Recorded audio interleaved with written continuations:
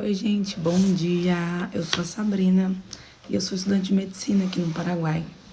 Eu sou de Rondônia e sou mais uma das que veio me aventurar por aqui para fazer medicina, né? Eu estudo e trabalho aqui, né? E nos meus tempos vagos, eu gosto de dar uma lida na Bíblia, porque eu fui criada na igreja, né? Meus pais são evangélicos.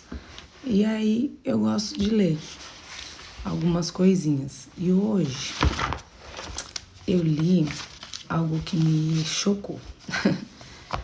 É porque assim, eu fui criada na igreja, mas eu sempre escutava as palavras, pregação, né? Então eu sei muita coisa da Bíblia, mas não por pegar a Bíblia e ler, sabe? Muito pela pregação. E aí tá. Hoje eu li Samuel 2, né? Segundo Samuel 11, na verdade, né? É segundo Samuel 11, onde fala sobre o rei Davi.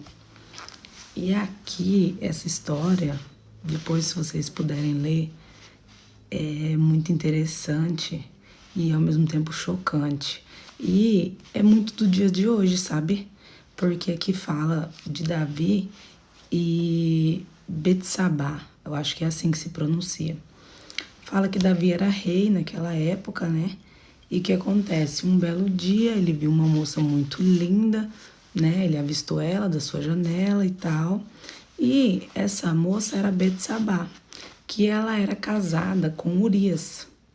Urias era um dos guerreiros de Davi. E o que acontece? Vocês tirem as suas conclusões. Essa é a minha introdução que eu tive, né?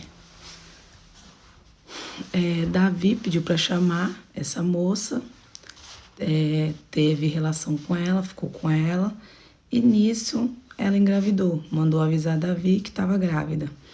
Davi mandou chamar Urias, que estava na guerra, lutando por ele, pela cidade, né?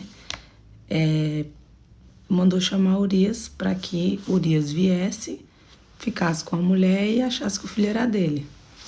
Mas ele não quis voltar para casa.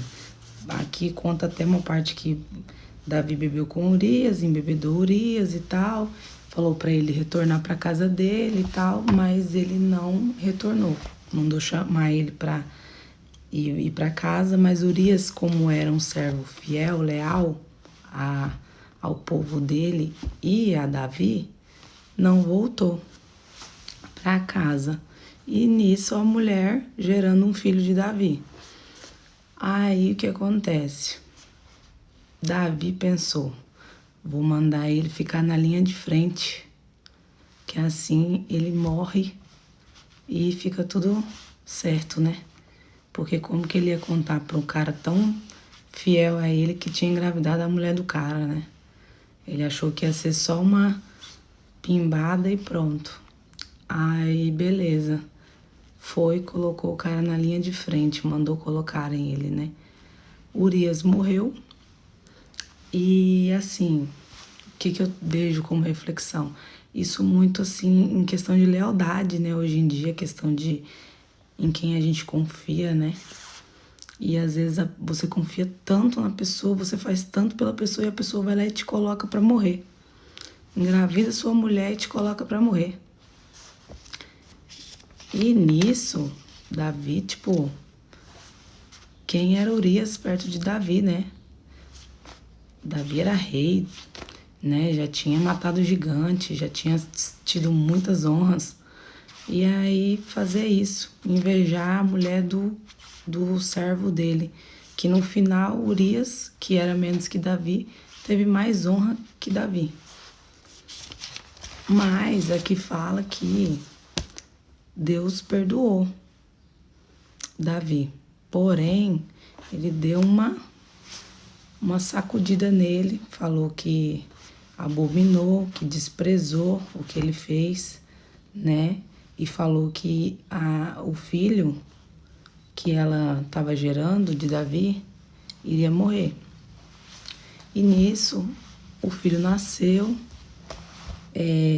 Davi jejuou e orou por 7 dias para que Deus perdoasse, que não fizesse isso com o filho, mas o filho morreu no 7º dia. E no 7º dia que ele jejuou, Deus perdoou ele, mas o filho morreu. Aí ele consolou, aí fala que ele consolou Betsaba e ficou com ela novamente, e depois ela engravidou de novo e teve outro filho. E esse outro filho deu o nome de Salomão, e o Senhor o amou. Ou seja, Deus perdoou ele em termos, deu um castigo a ele, tipo, o filho que ela gerou, fruto da traição, morreu, mesmo ele tendo jejuado, mesmo ele sendo muito querido por Deus, porque Deus fez muito por ele, né? Abençoou muito ele. E antes ele tinha mulheres e tal, e aí parece que aqui ele já estava só com essa Betsabá, mas Deus deu um castigo para ele, que foi perder o filho, né? Que ele gerou fruto da traição. Mas depois deu esse outro filho, e fala que depois que perdoou, deu outro filho, Jesus o amou. O Senhor o amou, fala, né? E é isso. E eu achei pesado. Aí vocês me falam aí o que vocês acharam dessa reflexão.